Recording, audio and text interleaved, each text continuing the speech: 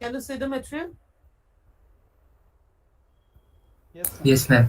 Yes, ma'am. So, in the last class, we were discussing the necessary conditions for stability of a linear time invariant system, right? So, this is the characteristic equation of a generic nth order system, and these are the coefficients a0, a1. All these are the coefficients. So, for a system to be stable, we know that the necessary conditions are number one, all the coefficients should be real, and all the coefficients should have the same sign, and all the coefficients should remain present in the characteristic equation. That means none of them should be zero. So why all the coefficients should be real, that we did discuss in the previous class, right? And also we have discussed, suppose n is 0, this is absent, this coefficient is absent, then what will happen? There will be a root of the characteristic equation or the origin of the S plane, right? So thus making the system a limitedly stable one. And if these two coefficients are zeros, then we'll get two roots at the origin and the system will be unstable. So these conditions can be validated from this equation as well. So in this expression, you see the characteristic polynomial, we have expressed the characteristic polynomial in product form, right? So these are the products. So these are the real roots, and these are the product of the complex conjugate root pairs. So it's clear from this, if we want that all the roots of the characteristic equation should lie in the left half of the S-plane to make the system stable, that means the sigma k's and sigma l's, all this should be positive, right? Because if I consider one single sigma, one single real root, the expression is s plus sigma 1 is equal to 0, right? So that means s is equal to minus sigma 1. So if we want that the root should lie in the left half of the S plane, sigma 1 itself should be positive, isn't it? Yes, ma'am. Similarly, if we want all the complex conjugate root pairs should lie in the left half of the S plane, that means the sigma L should be positive, right? Now this quantity is always positive because it's a square term. So if that is not the case, so once let's finish this one. So if sigma k's and sigma l's, all these are positive, then if we express the characteristic equation in polynomial form, in this form, that means if we multiply the product, all those products, and if we express the characteristic polynomial in this form, then it's obvious that all the all the coefficients of the characteristic equation will bear the same sign. There will be no sign change. Instead, if some sigma k lies in the right half of the S plane, or if one complex conjugate root pair is there on the right half of the S plane, then this term, one of this term, should be S will be S minus some sigma 1, and this one will be some S minus sigma L whole square plus omega L square. Can you follow me?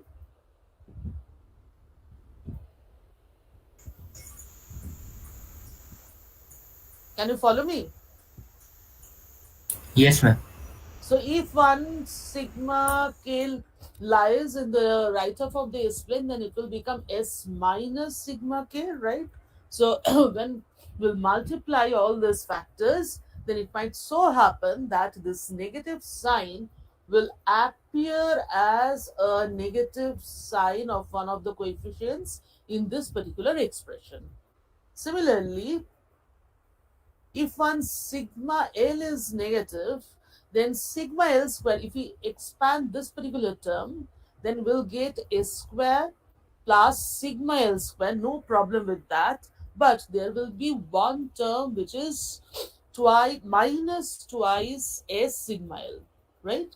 And again, there is a possibility that that particular negative sign will appear as a negative sign of one of these coefficients of this equation. Have you understood? Yes, ma'am. Similarly, you see here, if one sigma k is 0, then we'll get a term which is a0s, right? That means one root will be there at the origin of the S plane. So the system cannot be cannot be an absolutely stable one. At best, it could be a marginally stable one. Similarly, if one sigma L is 0, then we'll get complex conjugate root pair, complex conjugate root pair on imaginary axis. And again, the system will be limitedly or marginally stable. So from this expressions, again, we can establish the necessary conditions for stability of a linear time invariant system. So we can note this, that none of the coefficient can be 0 or negative unless or more than one of the following occurs. So what are the conditions? One or more roots have positive real parts. That means we'll get terms like s minus sigma 1 into s minus sigma 2, so on and so forth, right? Or a root or roots at origin, that means sigma k is equal to 0, and we have seen for that case n will become 0.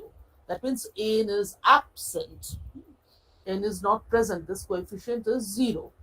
Or sigma L is equal to 0 for some L, which implies the presence of the roots on the j omega axis. Clear? So from this, it's clear that the necessary conditions are really important to establish the stability of a linear system. Now, we'll see that this necessary conditions are necessary as well as sufficient conditions for first order and second order systems. Only for first order and second order systems, the necessary conditions are sufficient conditions as well. So let's see, let's go through this simple derivation. So let's first consider a first order system, and the characteristic equation of the first order system will be a0s plus a1 is equal to 0, right? So we are assuming that these two coefficients are real, and these two coefficients, okay, fine. From this, since it's a first order system, then we know that the characteristic equation will have a single root, and we can find out the location of the root on the S plane from this characteristic equation, and that is S1 is equal to minus A1 by A0. Stable system. No, we can't say it's a stable system. Now we'll apply the If conditions. ma'am E1 and A0 mm, is If they are positive, then only, yes, if they are only of same sign, right? Or in other words, we can say that if A0 is positive, then if we find that A1 is also positive, then it's clear that A1 by A0 term will be a positive number, and hence the single root will lie in the left half of the S plane. Okay. Now, if A1 is 0, that means again we are getting that particular single root at origin, so the system cannot be an absolutely stable one, right? And if a0 is 0, then it's not a dynamic system at all, isn't it?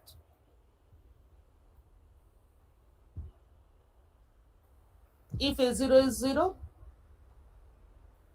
so this term will vanish. So this s term will simply vanish, right? So it's not a yes, ma'am. dynamic first order system. So for first order system, we have verified or we have checked the necessary conditions, and yet, yes, the necessary conditions are the sufficient conditions. Now, is this page legible,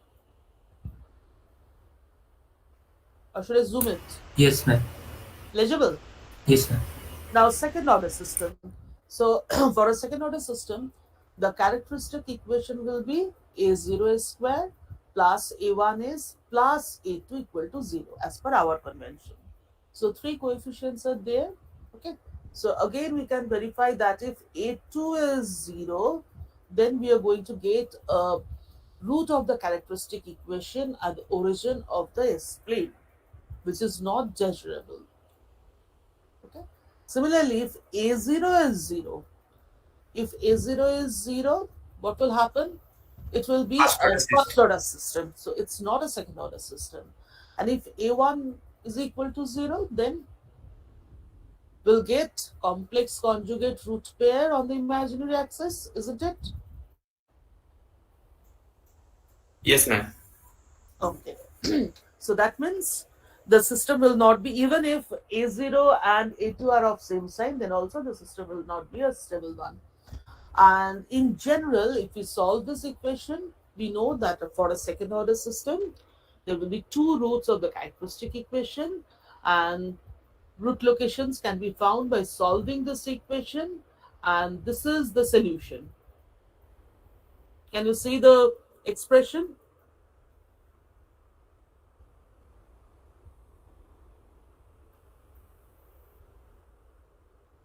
Can you see the expression?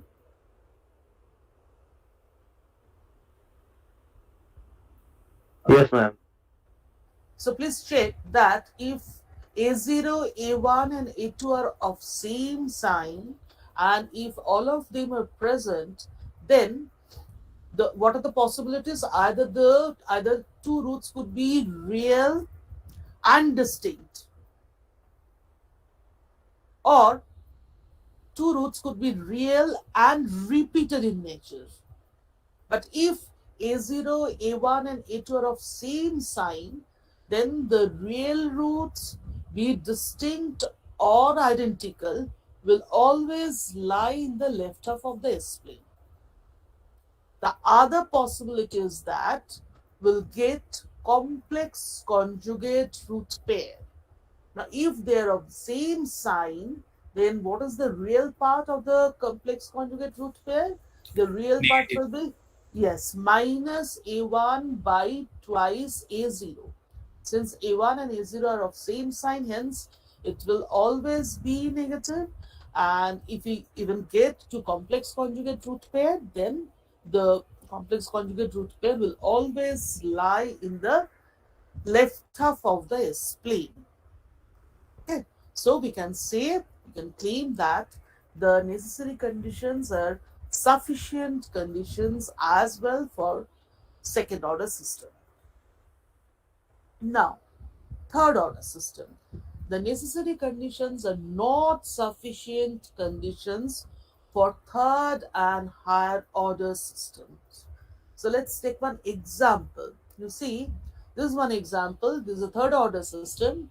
S cube plus s square plus 2s plus 8 is equal to 0. So this is the characteristic equation of a third order system. And just inspecting the characteristic equation, we find that all the coefficients are real, all the coefficients bear the same sign, all of them are positive, right? Plus 1, plus 1, plus 2, plus 8. Okay. And none of them are 0. Can you solve this equation?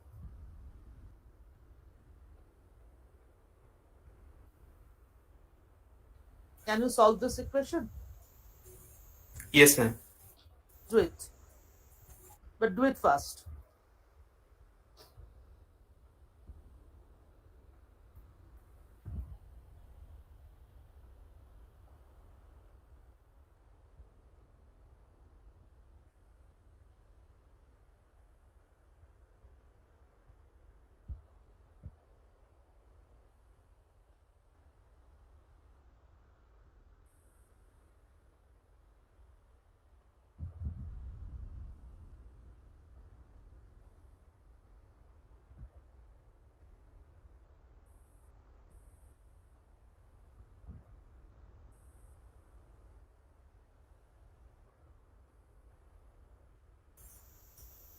Hello, ma'am.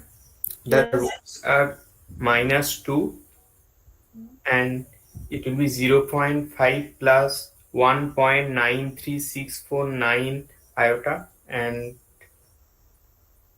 0.5 minus 1.936 iota. Iota, what's iota? J means J. J. Okay. So these are the roots, right? These are the three roots.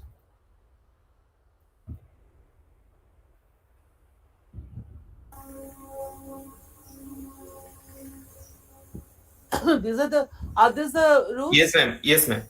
Okay. So from this you see we find that complex conjugate root pair are lying in the right half of the S-plane, isn't it? The real root is in the left half of the S-plane, but the complex conjugate root pair are lying on the right half of the S-plane. So the system is not stable. Though the necessary conditions are being satisfied, yet we find that two roots are there in the right half of the S plane. So the system is not stable. Okay. So what is the conclusion?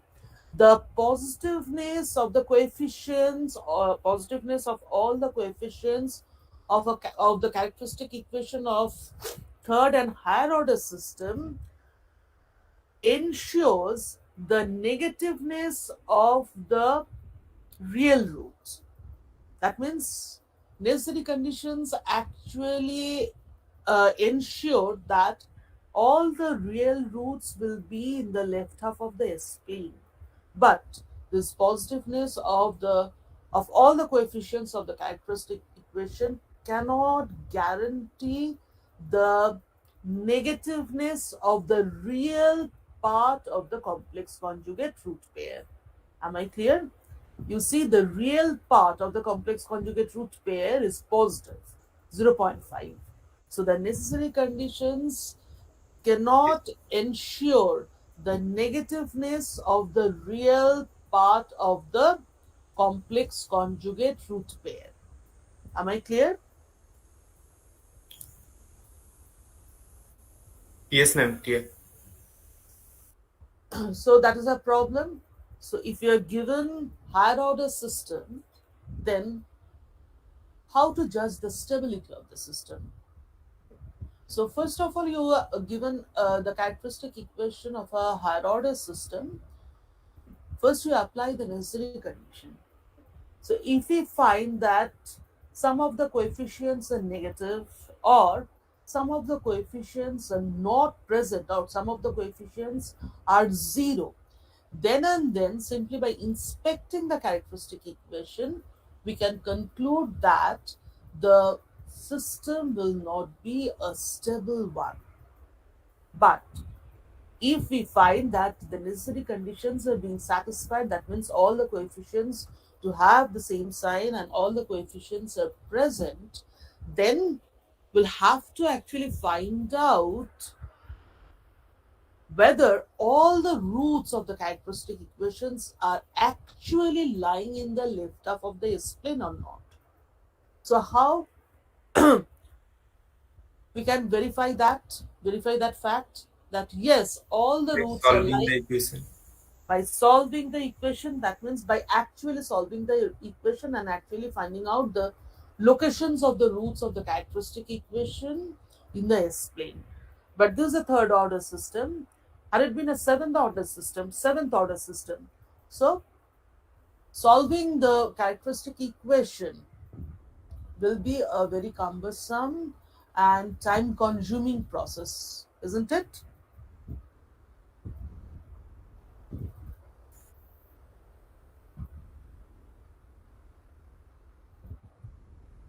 Yes or no?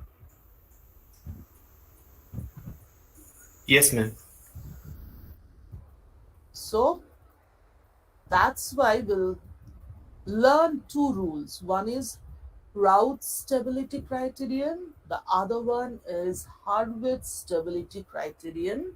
And with the help of these two tools or these two stability criterion, if we find that the characteristic equation or the coefficient of the characteristic equations are satisfying the necessary condition, then to find out whether actually the system is stable or not, we can apply one of these tools, and with the help of this tools these two tools, we can find out the stability of the system given in the problem, right?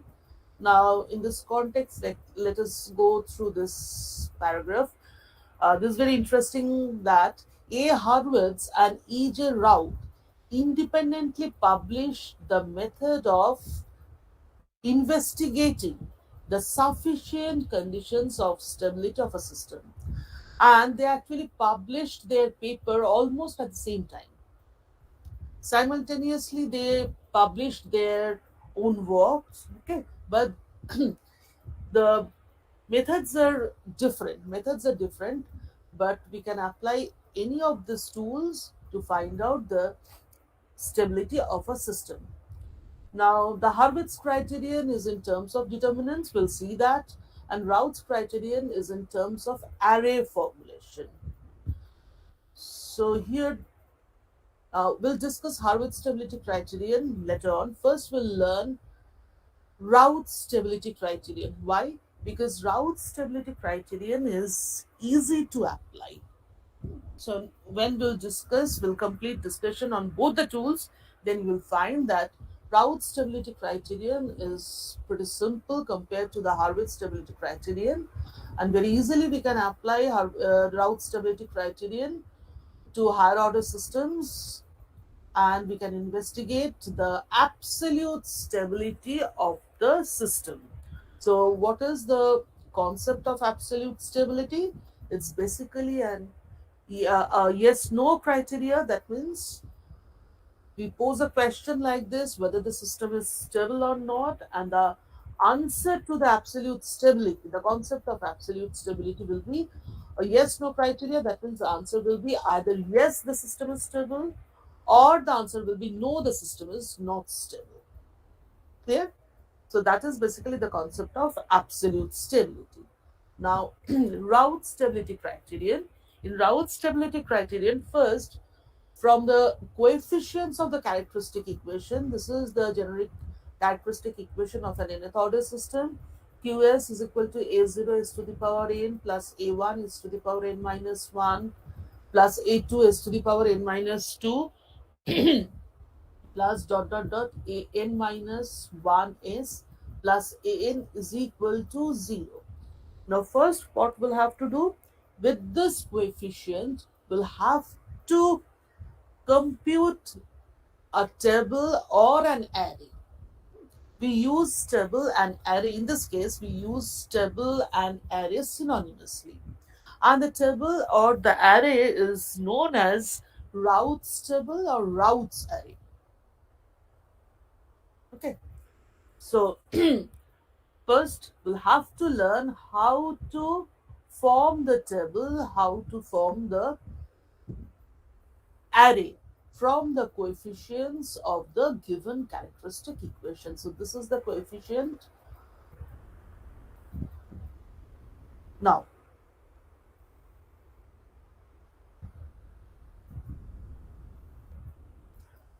the first row, this is the array. We are going to compute all the terms of this array, which will be known as Raut's array. Now, this is s to the power n. So, the elements of the first row, can you follow the cursor? Yes, ma'am. So, the elements of the first row will be corresponding to a term which is s to the power n. Can you see this, or should I zoom it?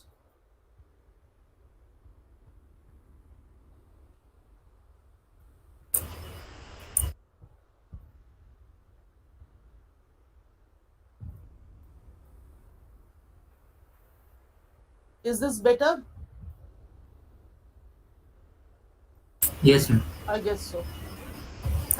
So the first row will be corresponding to the term s to the power n, right? and the first term of this row will be the coefficient of this term s to the power n. So it will be a0. So we'll write a0 over here, and after that we'll pick up the alternate terms, right? So the terms of this row will be a0, then we'll skip a1 and we'll pick this a2. So a2 over here, then the next term will be automatically a4, a6, so on and so forth. Okay. The next row will be corresponding to a term which is s to the power n minus 1.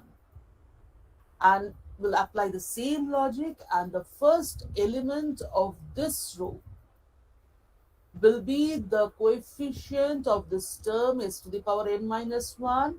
Yes, we see that is a1. So the first term will be a1, and again next for the next terms we'll pick up the alternate term. So in this case it will be a1, then a3, then a5. Here,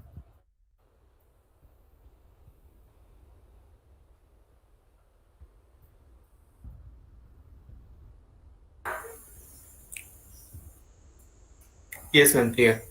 okay. Now the elements of these two rows can be placed in this table, can be put in this table simply by inspecting the given characteristic equation. So in this way, the next row will be corresponding to a term which is s to the power n minus 2. This is s to the power n.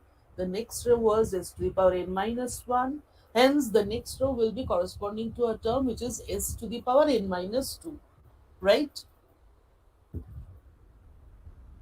Now, the terms or the elements of this row, all these elements of this row now we'll have to calculate.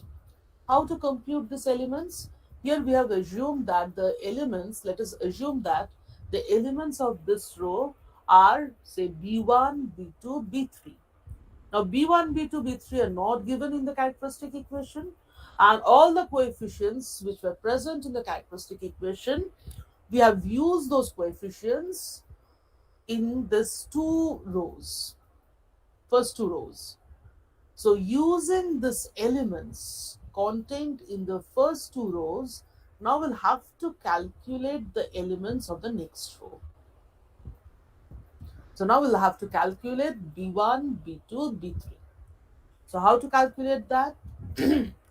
Now this is the element which is the key element. In numerical analysis, in some methods, some elements you have identified as the pivotal element.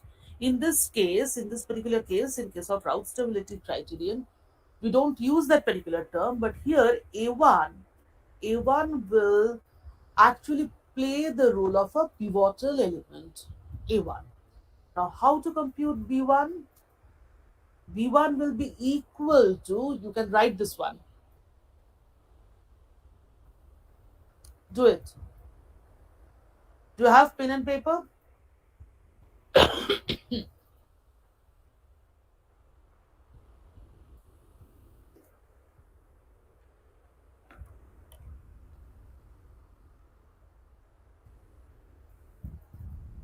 Do you have pen and paper? Yes, ma'am. Okay. First try to understand, then you write it down. First listen to me carefully. So B1 will be, now follow the arrow, A1 into A2, A1 into A2 minus A0 into A3. I repeat, B1 will be equal to A1 into A2 minus A0 into A3 whole divided by A1. Again, I repeat, B1 is equal to A1 into A0, sorry, A1 into A2 minus A0 into A3 whole divided by A1. Similarly, the next element, B2. B2 will be again A1 into A4 minus A0 into A5 divided by A1. Now you write it down.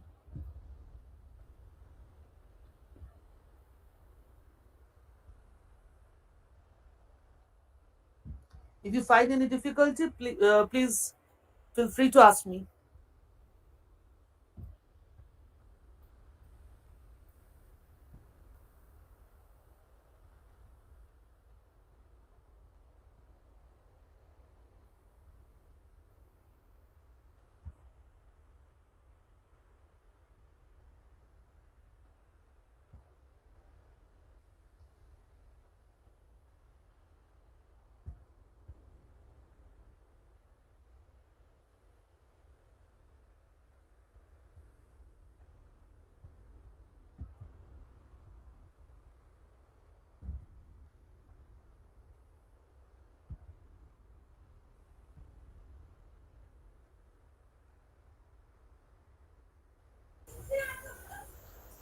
What's it?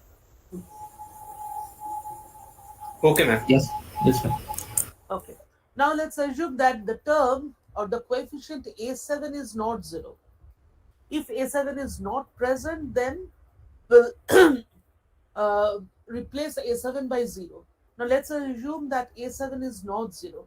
Then B3, the next element of this row, will be A1 into A6 minus A0 into A7 divided by A1.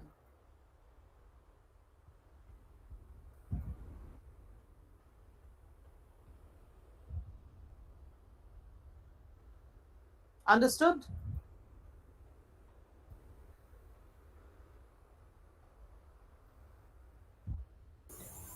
Understood? Yes, ma'am. Yes, So ma'am. we have computed the elements present in this particular row. So the next row will be corresponding to a term which is s to the power n minus 3. And let's assume that the elements of this row are C1, C2. Now we'll have to compute C1 and C2. And for computing C1 and C2, we'll now consider the elements of these two rows. That means two rows just above the row for which we are computing the elements. Okay. So we'll consider these two rows, and just like A1, in this case, this B1 will now play the role of pivotal element, B1. So C1 will be B1, again you follow the arrows, B1 into A3 minus A1 into B2 whole divided by B1. That is C1. And C2, B1 into A5 minus A1 into B3 whole divided by again B1.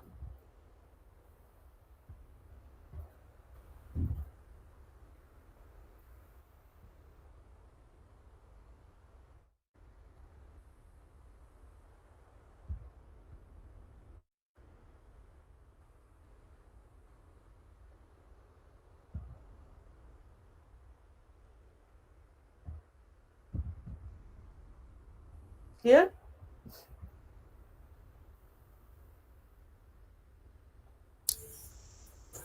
Yes, ma'am. Clear. so there is a pattern. I guess you can follow this pattern. So it's not hard to remember.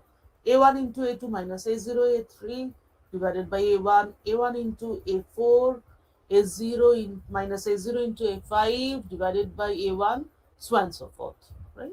And the terms will be the alternate terms. The terms present in a row will be the alternate terms.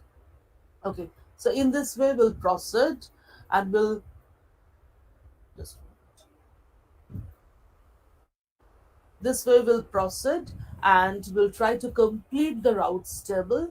So this way if we proceed, finally we'll come to a row corresponding to a term s square, and there will be two elements in this particular row. So let's assume that the first element is E1, and when we'll be solving actual problems, we'll find that this an will come over here, right? Now S1, there will be a term which is F1, and S0, the last row obviously will be corresponding to a term S0, and the term will be, you see, F1 into An minus E1 into 0 divided by F1, and hence the term of this particular row will be An again.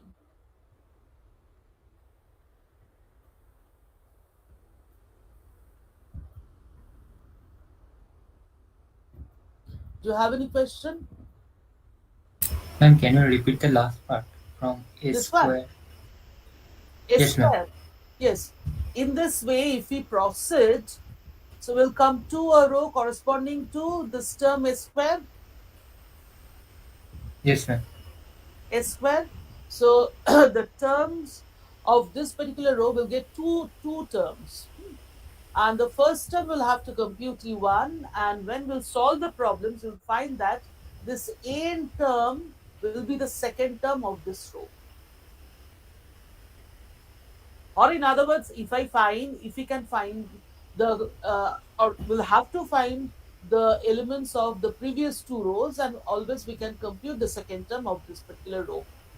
No problem.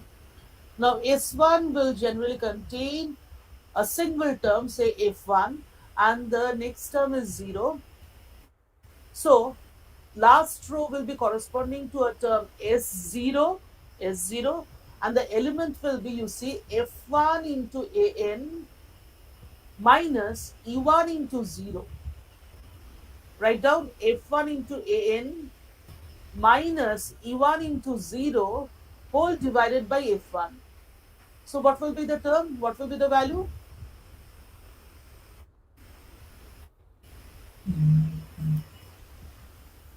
An. A. So the term of this particular row will be An. Now is it clear?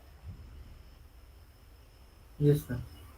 So this is our complete routes array or routes table. And while computing this table, the term which are not present in as a coefficient in the characteristic equation will be considered to be 0. Like here, you see, A7 term is not present, is not there, right? So if it's a fifth order system, how many terms will get? 6. That means A0, A1, A2, A3, A4, A5, A6. Am I right? Ma'am, for a Yes, sixth sir. order system. Hmm? And for a sixth order system, it will be up to A6. Sixth order system, it will be A6, right? Yes, yes, ma'am. That means we'll not get any term like A7 or A8 or A9. So this A8 term over here will be 0. A7 term in this particular row should be considered to be 0. So we'll replace all those missing coefficient by 0.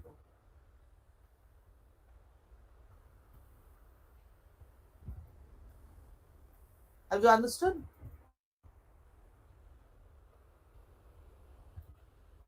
Yes, ma'am. And so this is our routes array, as I told you, a routes table. And this is the first column of the route array. This is the first column. And in this generic route array, the terms which are appearing in the first column of route array are A0, A1, B1, C1, D1, then E1, F1, AN. Okay, so this is it's pretty clear from this table that this is the first column of the route array. Okay.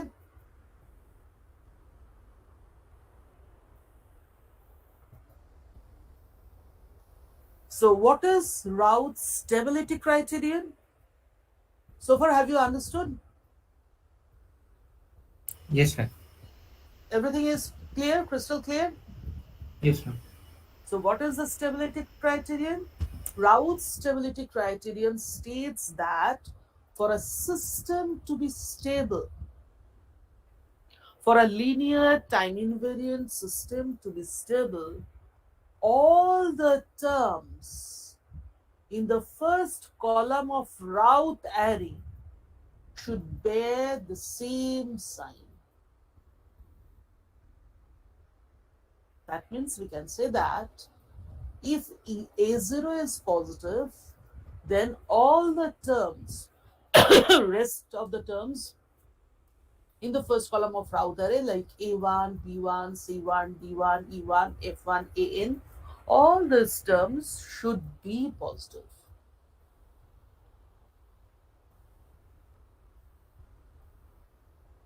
Right?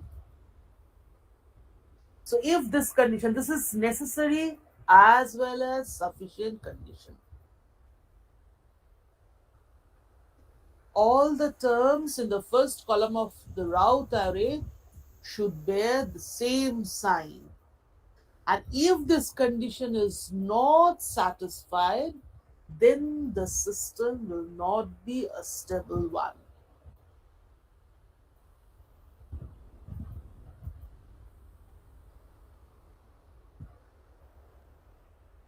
Okay?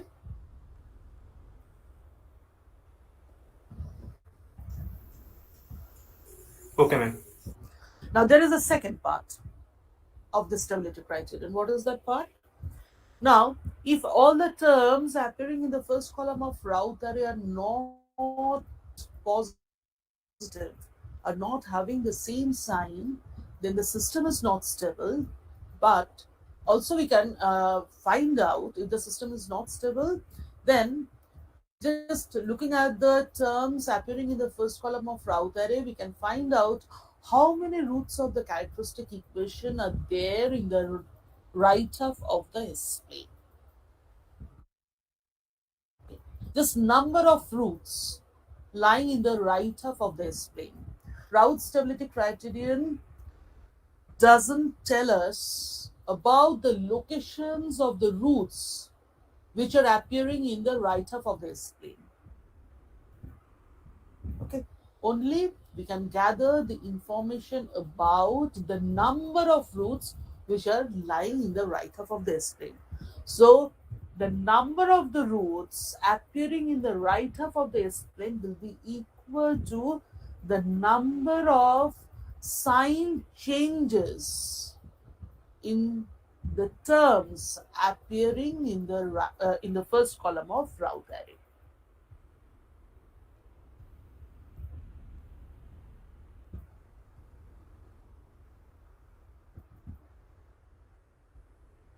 Have you understood? Yes, ma'am. Ma'am, Yes. ma'am, suppose in the Raoult array, the first three terms are positive, then the next term is negative, and then again three terms are positive. We'll see that. Two sign changes. We'll see that.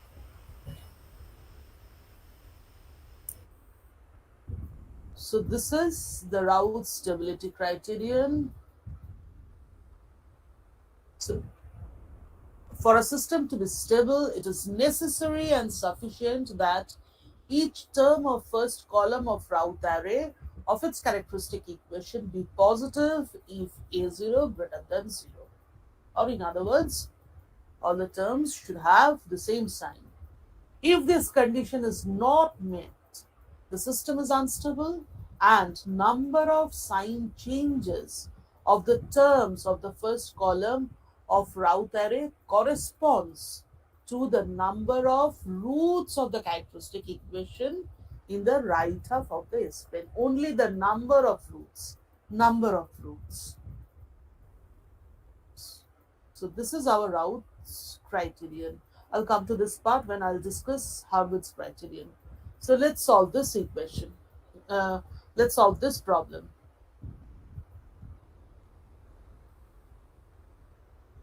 So write down this characteristic equation. QS is equal to s to the power 4 plus 8s cube plus 18s square plus 16s plus 5 equal to 0. So this is the first example that we are solving. So I am helping you do it.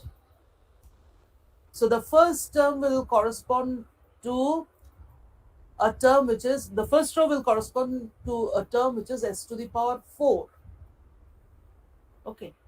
So s to the power 4, and this is the first coefficient which is 1. So 1, then we'll skip 8 and we'll pick 18. So the next term of this row will be 18, and the last term 1, 8, 5. So the last term of this row will be 5. Similarly, the next row will correspond to a term which is s cube. S cube. So the first term will be its coefficient, that is 8. The next term will be 16, alternate terms, so 16. And since there is no further terms, hence the third term will be 0. So 0 has been replaced for the missing term. Clear?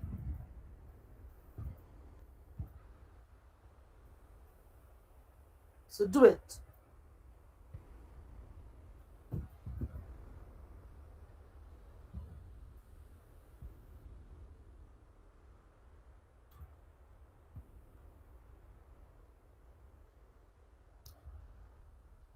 First দুটো rho করেছো?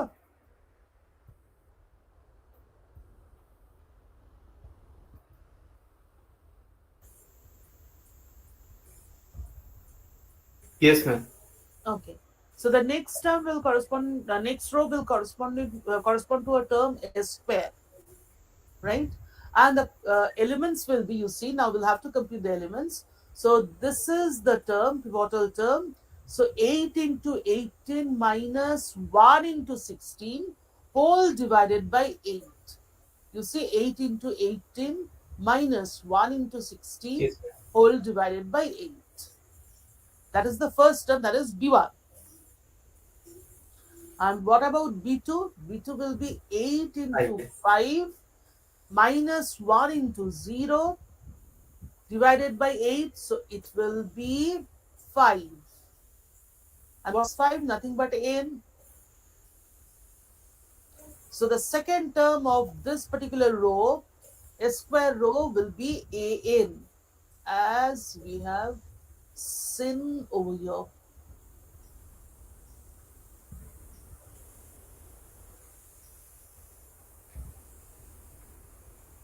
Yes, ma'am. So we have computed all the terms up to this particular row s square. So the next row will correspond to a term s to the power 1, and that will be, you see, 16 into 16 minus 8 into 5 whole divided by 16. Can you follow this? Yes, ma'am. So compute the value.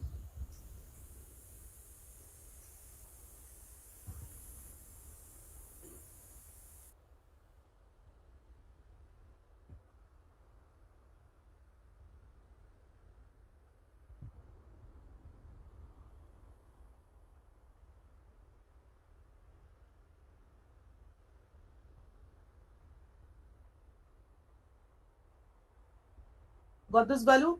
I don't know whether this value is correct or not. I've not Yes, checked. ma'am, it is correct. Yes, ma'am. And the second Sorry. term will be obviously 0. 16 into 0 minus 8 into 0 Yes. whole divided by 16. Hence the second term will be 0. Yes, ma'am. And so the last row will correspond to a term s to the power 0, and that will be An. 13 in 5, or you can compute it as 13 into 5 minus 16 into 0 divided by 13.5. Okay, so it will be 5. So this is the format of the routes table.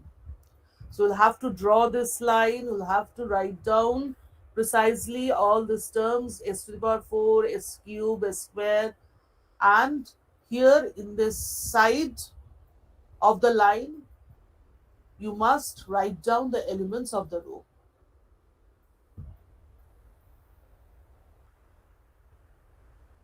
Can you follow?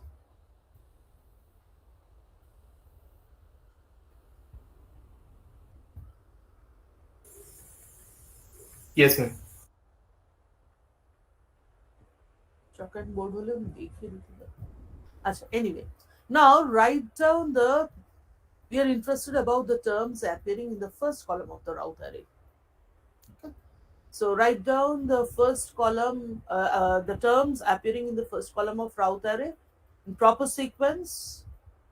That means the terms will be, write down the terms 1, then 8, then 16, then 13.5, then 5.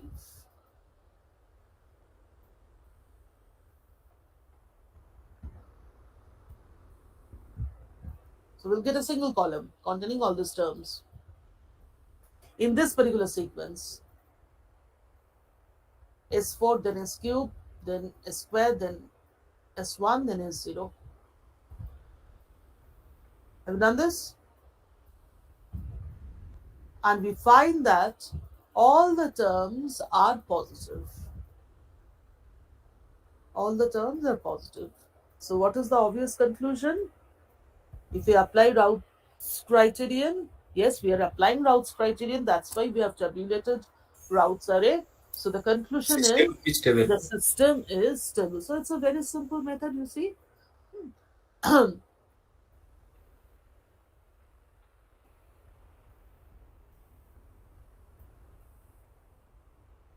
Now, next.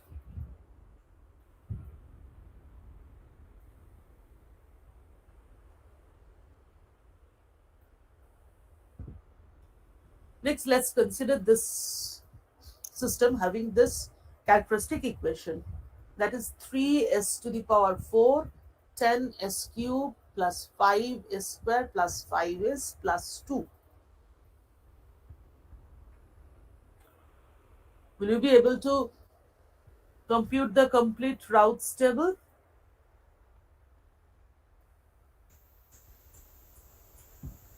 Yes, ma'am. Try it, do it on your own. If you find any difficulty, I'll help you. I'm not showing just now I'm not showing the table. I'll show you the table, but try to compute the table, form the table.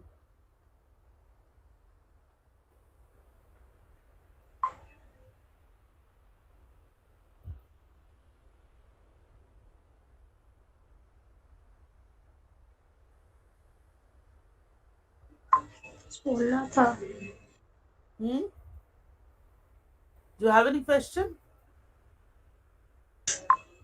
Ma'am मेरा attendance नहीं हुआ है First of all, try to solve this.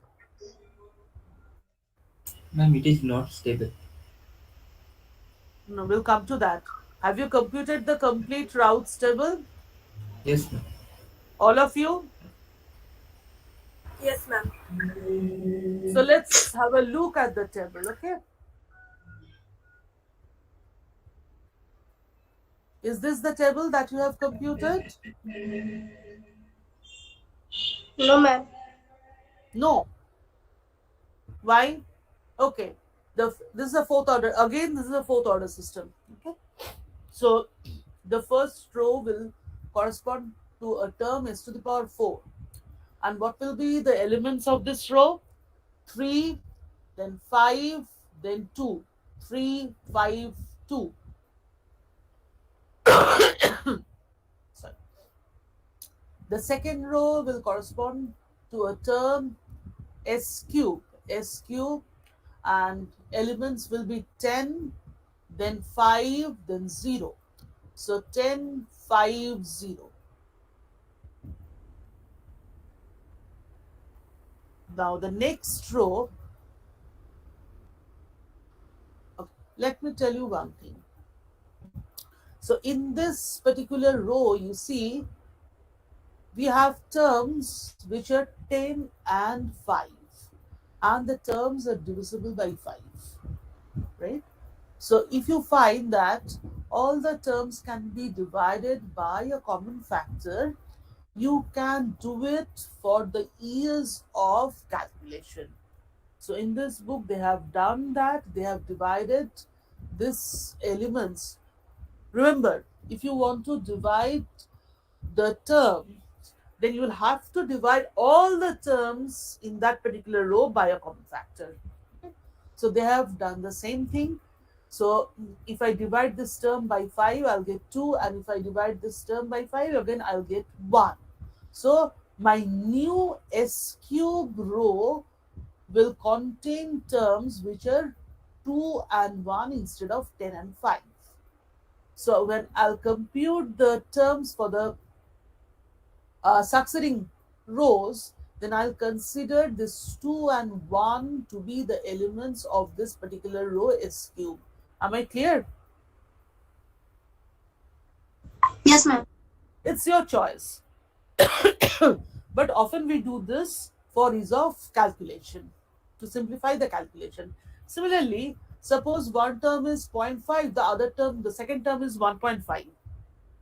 Then for ease of calculation, you can multiply all the terms in a particular row by a factor, say by 2. Then I'll get terms like 1 and 3. And my further calculations will be simplified. Yeah. So they have done that. Okay, If ma'am. you don't go for this, again, there is no problem. Only the values of the elements will be different. Anyway, so if I consider that S cube terms now contains elements which are 2 and 1, then probably I'll get these values 3.5, and the second term will be 2. And in this particular row, S to the power 1, we are getting a value which is negative. And that will be true if you even don't go for this kind of conversion, isn't it? Yes, ma'am. So now Yes, please ma'am. Okay. note down the elements of appearing in the first column of route array. So in this case, the elements are 3, then 2, then 3.5, then minus 0.5 by 3.5, and then 2.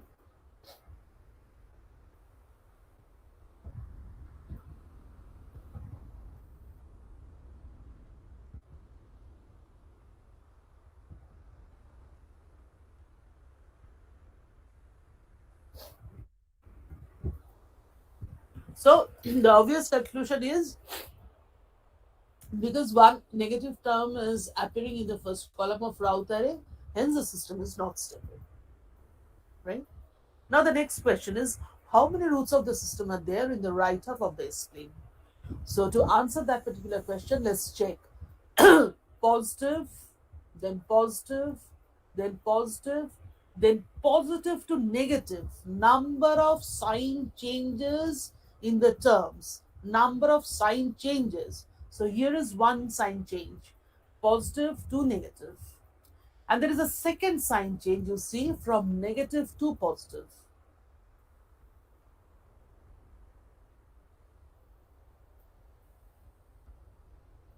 Okay, so how many number of sign changes? What? 2. 2. Positive to negative and then negative to positive, right? So 2 sign changes, and hence the number of roots. That is also, you'll have to find out if you come across such a system which is not stable. In that case, while applying Route's stability criterion, you'll have to conclude about the stability of the system, as well as you'll have to state how many roots are there in the right half of the S-plane. Okay, so number of roots which are lying in the right half of the S-plane will be equal to 2. So now let's try to verify route stability criteria. Not with the help of complicated derivation. Just we'll try to solve this equation because already we know the locations of the roots. We know that two roots are there in the right half of the S-plane. So apply route stability criterion for this particular third order system and find out whether the system is stable or not, investigate the stability of the system, and you find out the number of roots lying in the right half of the S-plane. Do it first.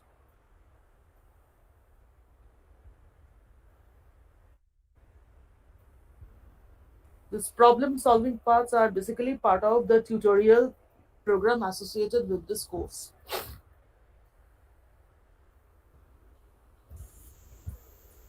Yes, ma'am. There is two sign change. Two sign changes. Okay. And if you solve this equation, we find that yes, two roots are there in the right half of this. Yes, ma'am. So routes. Real part of the complex root. Yes. So route stability criterion is valid for this case.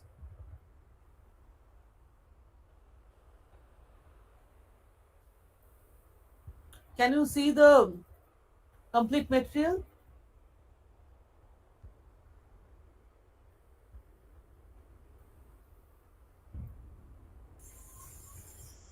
Yes, ma'am. It is okay. This part is slightly hazy. This part, hazy. Yes, ma'am.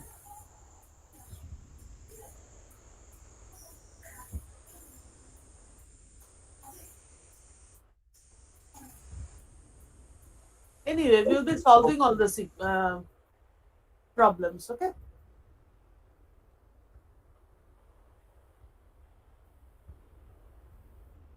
Now,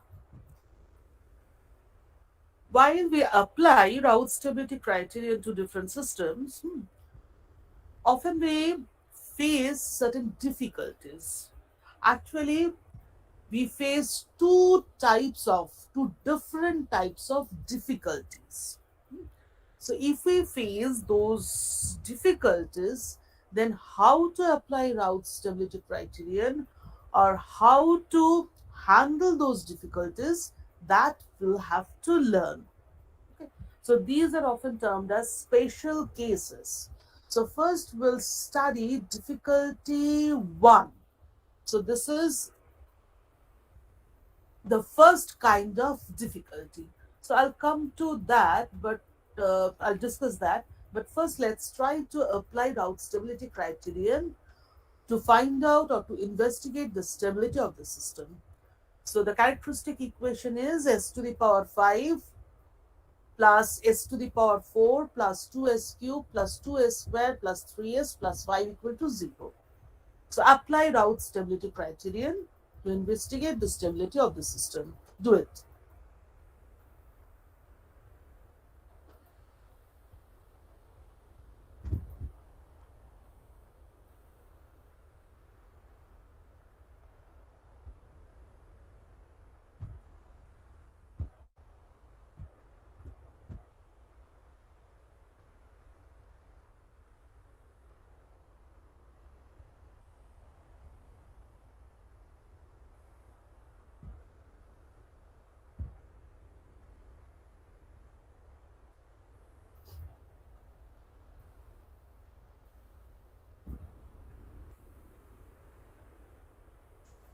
The Ma'am. first, yes.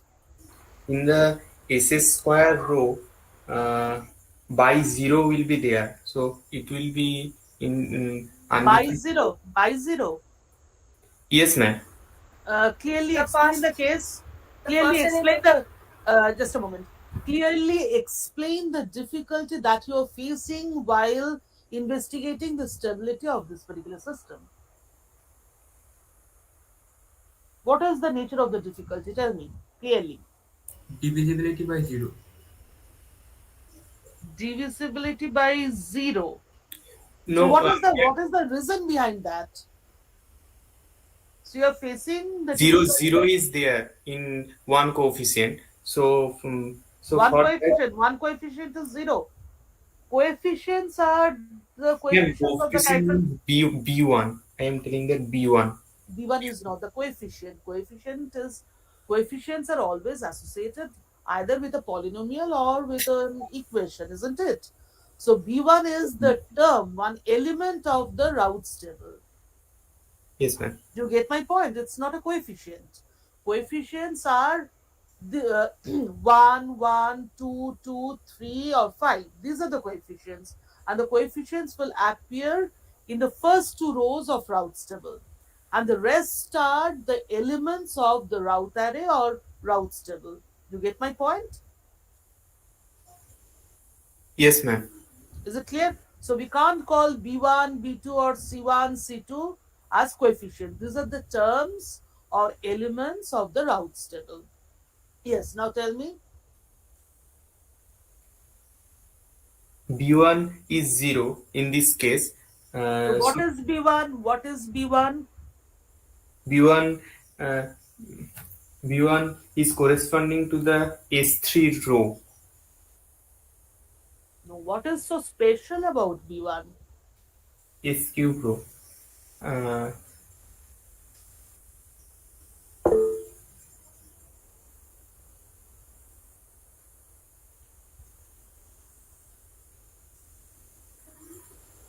So this is the first column of the Raoult array, isn't it?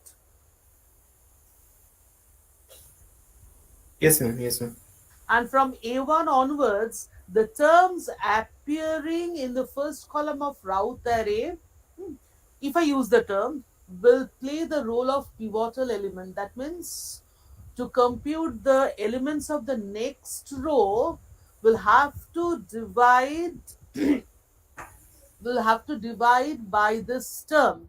Divide the numerator by this term, which are A1, B1 or C1 or D1. That means the terms appearing in the first column of Raoult array. Am I clear? Yes, ma'am. So ma'am. what is the nature of the difficulty? The nature of the difficulty is that while we try to compute the complete Raoult's table, we find that one element in the first column of Raoult array is now becoming 0. Yes, ma'am. So since one element in the first column of Raoult array is 0, hence we cannot compute the elements of the next row, because in that case we'll have to divide by 0. Yes, ma'am. So that is the nature of the difficulty. Okay, let me come that particular example. Just a moment.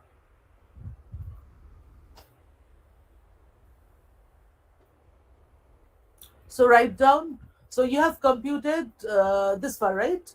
S to the power 5, 1, 2, 3, and s to the power 4 will contain terms which are or contain the coefficients which are 1, 2, and 5, right? And s cube. Have you done this? S cube. The first element is 0. This one, don't write epsilon right now. Put a 0 over Yes, here. This is 0. I guess this is 0. This has to be 0. Yes, ma'am. 0. And the second term of this particular Minus row is minus 2, right? So now the problem is, since the first element of this row is 0, hence we cannot compute, or we cannot go for completing Raoult's table, and hence we cannot find out the stability of the system. So computation of Raoult's table breaks down because of the presence of a 0 as a first element of a particular row. Am I clear? Yes, ma'am. Now, another point is why this is difficulty number 1, and why this one is different from the second difficulty that we will discuss, is that in this particular row, you see, there is a non-zero term present, which is -2 in this case.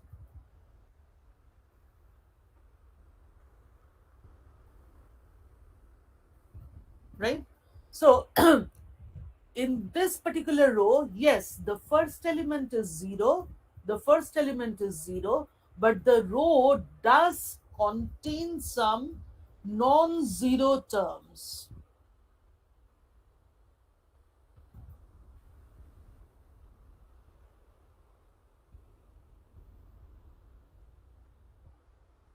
It's not the case that the row is containing all 0 terms. Am I clear? Yes, ma'am. Okay. So, how to alleviate this problem? Now, we'll just bypass this 0 term.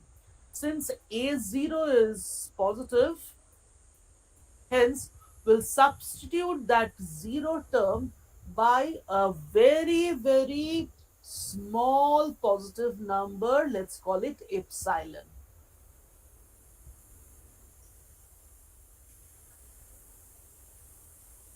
Right?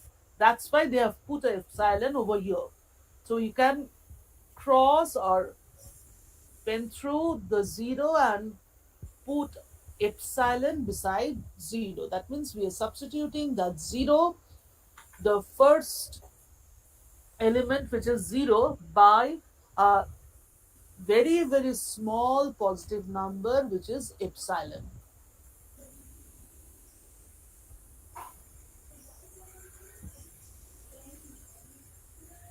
So far, is this clear? Okay, ma'am. So since this is epsilon and this is a positive number, though it's very small, then we can just proceed further to compute the rest of the terms of the routes array. And yes, since this is epsilon, so we can argue that some of the terms of the route array will be function of epsilon. Yes, ma'am. So compute the rest of the terms.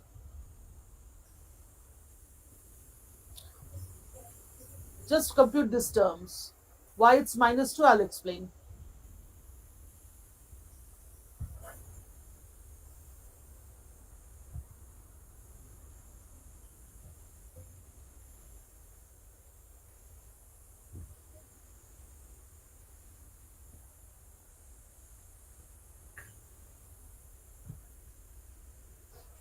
Just complete the routes table.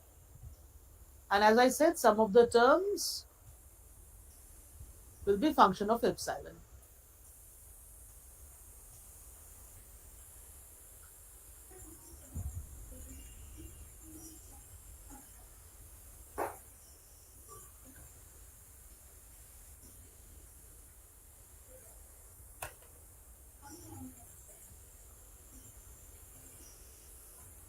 Okay, ma'am. Complete.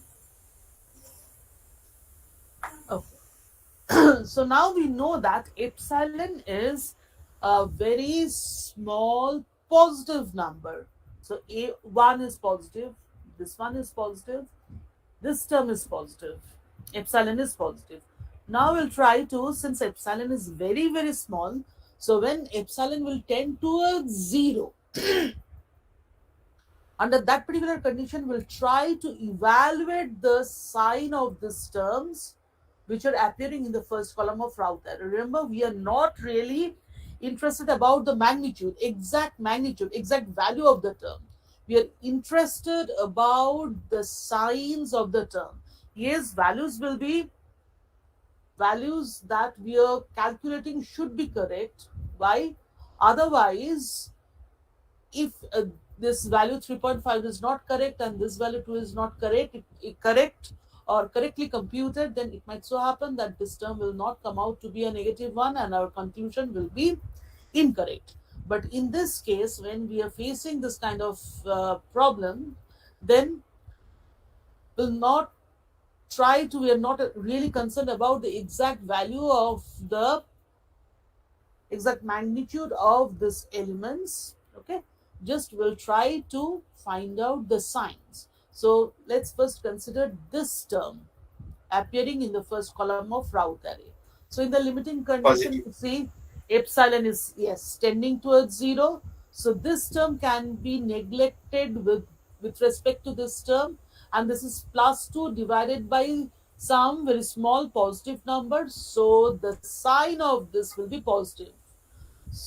Just write down Yes, a column, uh, an array having a single column. The first term will be 1, the second term will be 1, the third term is positive, the fourth term, as we have investigated, will be positive. So 1, 1, then positive, then positive.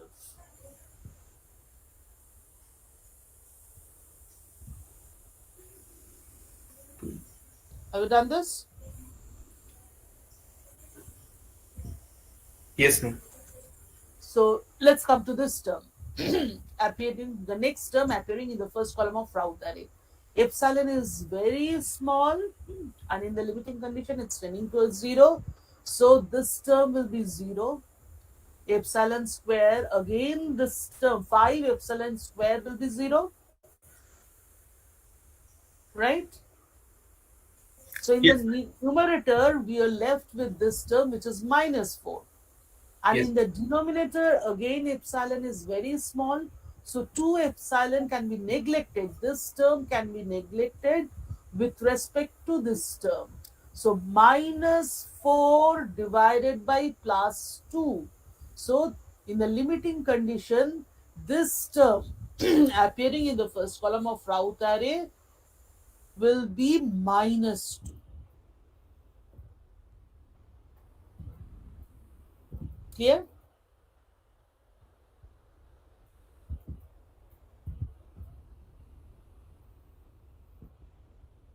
yes, ma'am. And the last term is positive. So, which is fine. So we are getting positive, positive, positive, positive, negative, positive. How many sign changes? 2 sign changes. 2. So our conclusion is the system is not stable, number 1. And number 2, 2 roots are there in the right half of the S plane.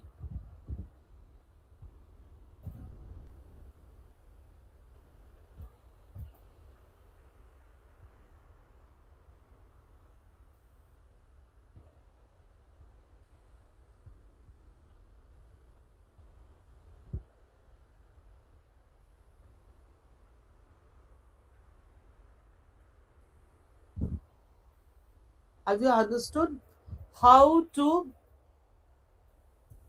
handle this kind of difficulty?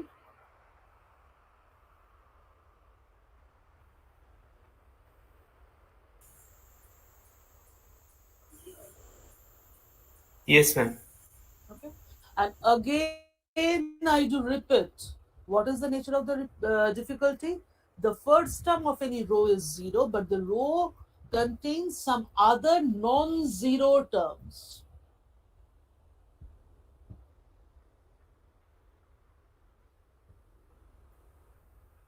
Do you have any question? Any doubt?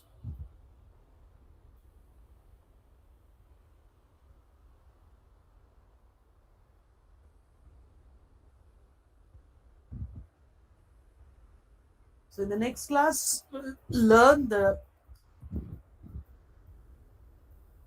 how to solve the second type of difficulties and what is the nature of that difficulty. So do you have any question?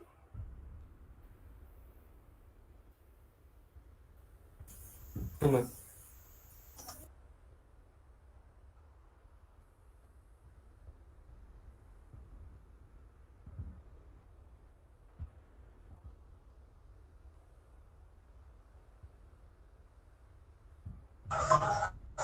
Ma'am, hello. Yes. Ma'am আমার অ্যাটেন্ডেন্সটা হয়নি কেন? Ma'am আমি যখন join হলাম